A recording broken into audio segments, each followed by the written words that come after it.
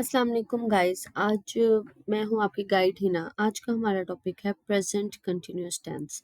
चलते हैं अपने टॉपिक की तरफ। प्रेजेंट कंटिन्यूअस टेंस, इसकी पहचान इसके नाम से ही पता चल रहा है। कंटिन्यूअस टेंस यानी कि वो वाले सेंटेंसेस जिसमें काम जारी हो, जिसमें काम चल रहा हो।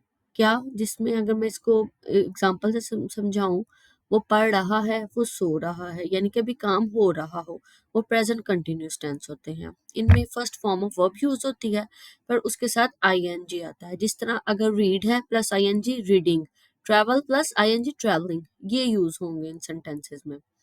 Helping verb, present continuous tense में is, are, am helping verb use होते हैं। इज यूज होता है he, she, it singular and name के लिए, आर वी, दे, यू और प्लूरल के लिए, और एम यूज होता है आई के लिए।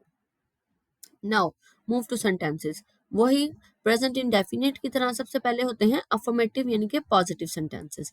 इनका सेंटेंस स्ट्रक्चर क्या है? सबसे पहले सब्जेक्ट आता है, फिर is, are, am helping verb plus ING और प्लस ऑब्जेक्ट। जिस तरह I am reading a book, ये इसकी एग्जांपल है।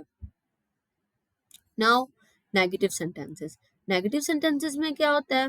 पहले उसी तरह पहले सब्जेक्ट आता है, फिर उसके बाद आता है helping verb is, are, am plus not आ जाएगा क्योंकि ये नेगेटिव सेंटेंसेस है। आगे हम इसके आगे आएगा वर्ब प्लस आईएनजी और उसके बाद आएगा ऑब्जेक्ट, यानी कि I am not reading a book, she is not cooking dinner, they are not playing cricket. यहाँ तक सबको क्लियर है? अब हम आगे चलते हैं इंटेरोगेटिव सेंटेंसेस की तरफ। इंटेरोगेटिव सेंटेंसेस भी दो तरह के होते हैं।